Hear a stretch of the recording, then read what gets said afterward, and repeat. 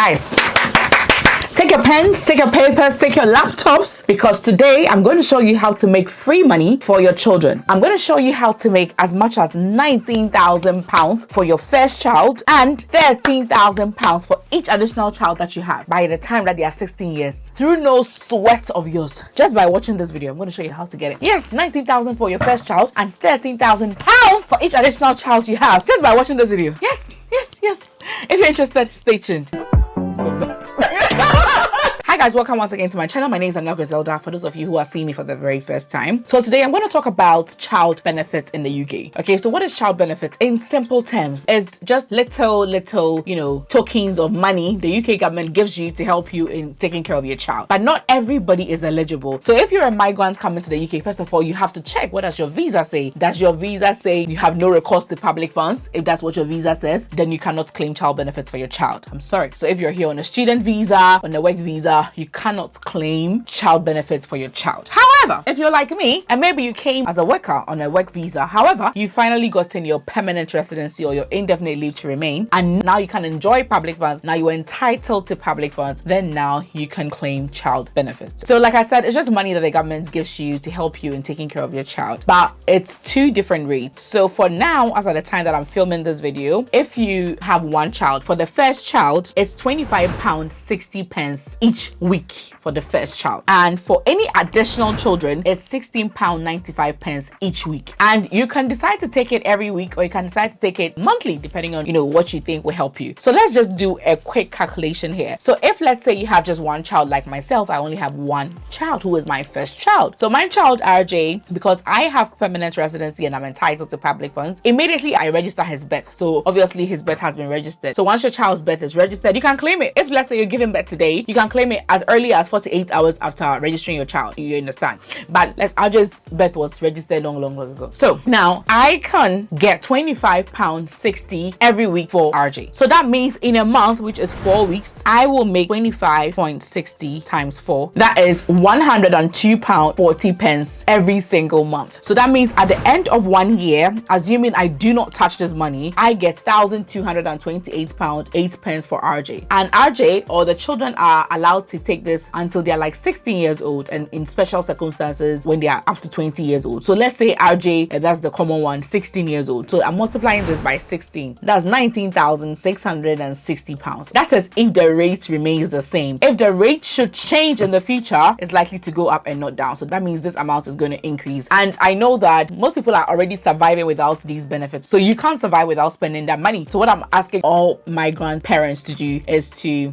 keep this money in, let's say, in any sort of investment that you have researched to be good for your child. And know that this can help towards your child's college tuition. It can help in case of any emergencies, should anything happen and you're not around in the future to help. This can go a long way to help the child. Even as of now that we're talking, this money can be used as a deposit to purchase a house. Yes, to purchase a house. So if the rate should go up, I'm hoping that in that time of 60 years to come, that money will still be enough to do something, especially if you invest in it where you can get, a bit of interest on top of it. So guys, we have to make use of this. And if you have two children, the second child is not going to get £20.65 every week. No, the second child will receive £16.95 every week. So let's calculate how much the other children are going to make at the end of the 16 years. So like I said, for each additional child, it's £16.95 per week. So that means in 4 weeks as a month, they're going to make about £67.80. So that is in a month, right? So in a year, they're making around £813. In 16 years, they're making around £13,017. So this is why I said in the beginning that I'm going to show you how to make free money as much as £19,000 for your first child, and for any additional children, I'm going to show you how to make £13,000 by the time they are 16 just by watching this short clip. So I have already mentioned who is eligible. You should reside in the UK. And also let me also mention that it's only one parent who can make the claim. So the father cannot claim and be getting it, and as well as the mother also claiming and getting it for the same child. No, only one parent. So you guys should just sit together, come to an agreement and see who claims. And then also there are are special rules when it comes to if you're fostering a child, if you're adopting a child, you know, in special cases where the child can still take this claim after they are 16 years old. I'll leave a link for those, you know, tiny details.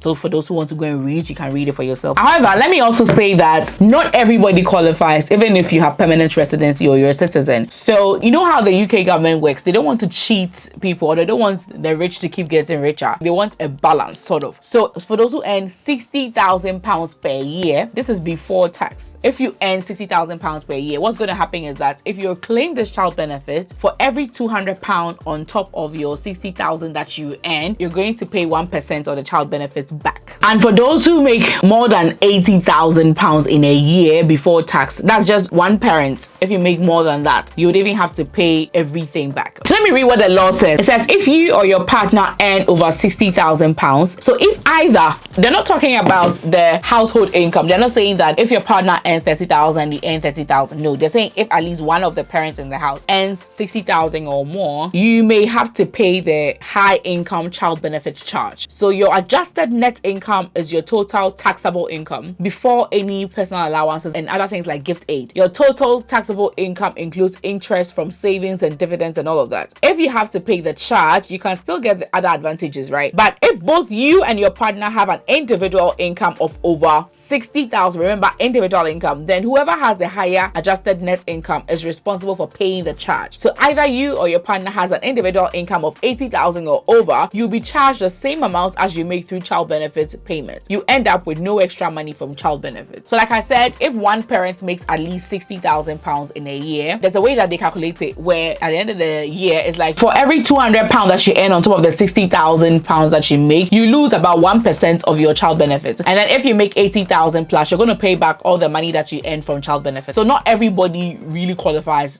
Just the fact that if you make a lot of money, so just the fact that you have permanent residency does not mean that you qualify. Your income is also a huge factor as well. So think about it before you make the application. In other words, if you make about £80,000 a year, you can't claim because you pay everything back. If you make between 60,000 to 80,000, you pay some back. Yeah, so that's basically it. So think about it critically. And if you're not sure how much you pay, just ask your HR or your admin at your workplace for your P60. Usually it's there. Okay, it shows how much you earned the entire year. So that's how much the government knows you earn. That's what we're looking for. Not the money that you made in your home country. No.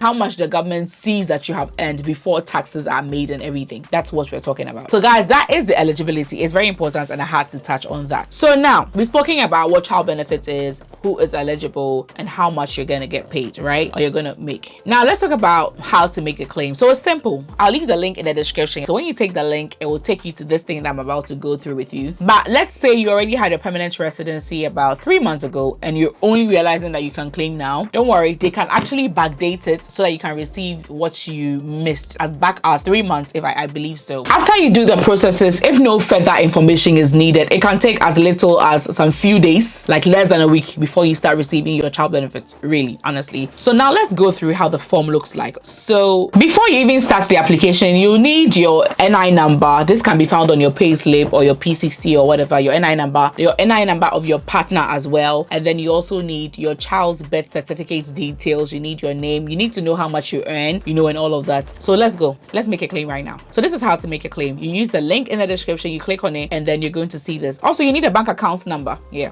So you click start now. So once you click start now, it would ask you that make sure you are using the right child benefit service. Remember that if it's your first child you're applying for, you're going to select make a new claim. If it's, let's say, for your second child, you'd have to select add a child to an existing claim. And if you already have a claim that you haven't heard from them, you want to know what's up, you can select check on the progress of a claim or restart your payment or stop your payment, blah blah blah. Because remember that as your circumstances change, you can decide to stop your payment. Because let's say your circumstances changed. Before you were not working, you were jobless, and now you get a very good job, you're earning 100,000 a year. You'd have to come and make changes, have to update the details there. So depending on your circumstances will show what you choose. So let's say for the purpose of this video, we're going to select make a new claim. So we select make a new claim and then you click continue. So it would ask you if you want to sign in. So the best thing I would say is that do you sign in or create an account. So when you create an account, you save the login details so that anytime you want to, let's say, check on the progress of a claim you have made or make some changes, it'll be easy for you to just sign in. So you can create an account and then use that to sign in. But for the purpose of this video, let's just click no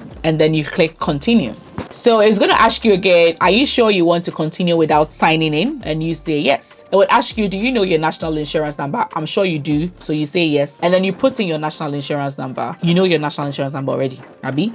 You click continue. So it's going to ask you for your details. What is your name, your first name, your middle name, your surname? And then it will ask you if you've ever been known by another name. If you've been known by another name, you put it there as well. So the first part is basically the details of the person who's making the claim. And then your date of birth and all of that. Then you also have to put your address. So they'll ask you if your address is in the UK, where you live at now. And then they'll also ask you how long you have lived at that address. If it's more than 12 months, you find it there. I believe very well that if you've stayed at that address less than 12 months, they may ask you to put previous addresses there. Yes, so put that in mind as well. And then they'll confirm the details, and then you can continue. Now they want to know your telephone number that they can reach you should there be any issues. Okay, so you put your number there.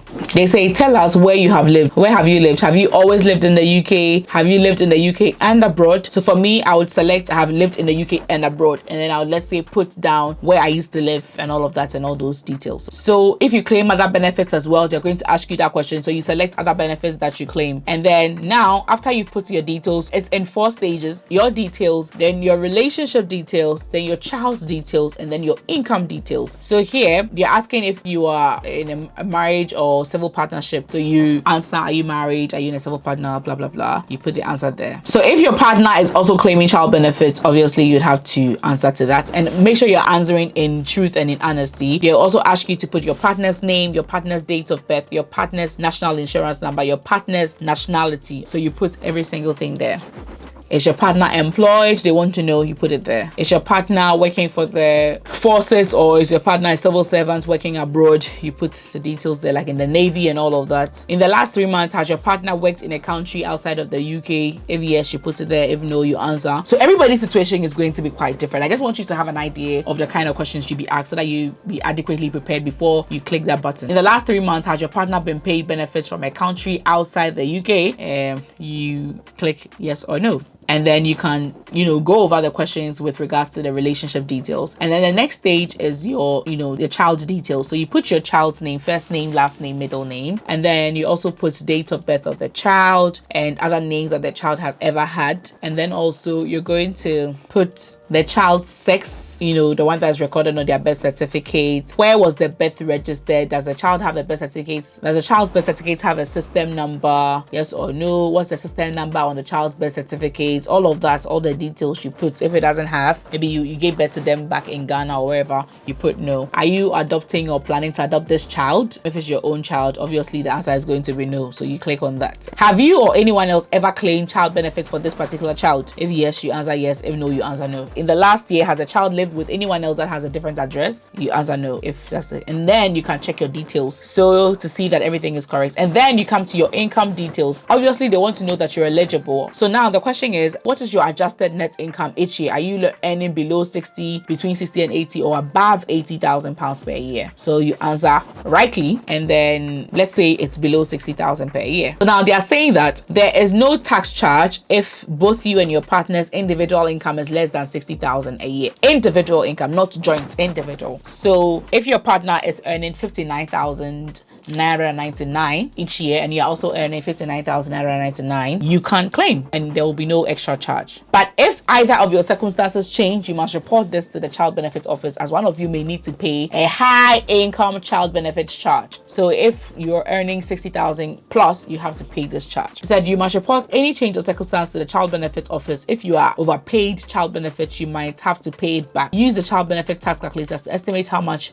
tax you and your partner may have to pay. And then there's something about the state pension as well. So you click continue, and then it's asking if you have a UK bank or credit union account that they can pay this claim into. So if it's a bank account, you select bank account with source code and account number. So if you are the account holder, you say yes, and then you input the details, and then you continue. Then now, the very important part, you declare, you make a declaration that everything you put on the paper, you take to say that is the truth, okay? You're not lying. So that is that. Like I said, it can take from a few days to a few weeks, let's say maximum 3 weeks to start getting your money paid. Some people even say they got it after 3 days and then they started getting the money. So basically, guys, that is that. It's so easy. Do this and start making that money. If you're already claiming child benefit, let me know, what do you use that money for? Do you spend it, or have you created a special account that you put it into? For those who are already claiming, give us advice, give us tips. What do you use the money for? What are you doing? What kind of investments are you doing for your child? Or are you just using it to buy Chinese and a cup of coffee every week? Let us know. Let us know in the comment section, okay? And if you have any other tips or any other advice or any other thing that I forgot to say, kindly share. But guys, this is something great that if you qualify, I don't think you should let it go. I don't think you should let it go. Grab the money. I mean, that, gosh, 19,000 is a lot of money. You can use it for so much. Thank you so much for watching. Bye.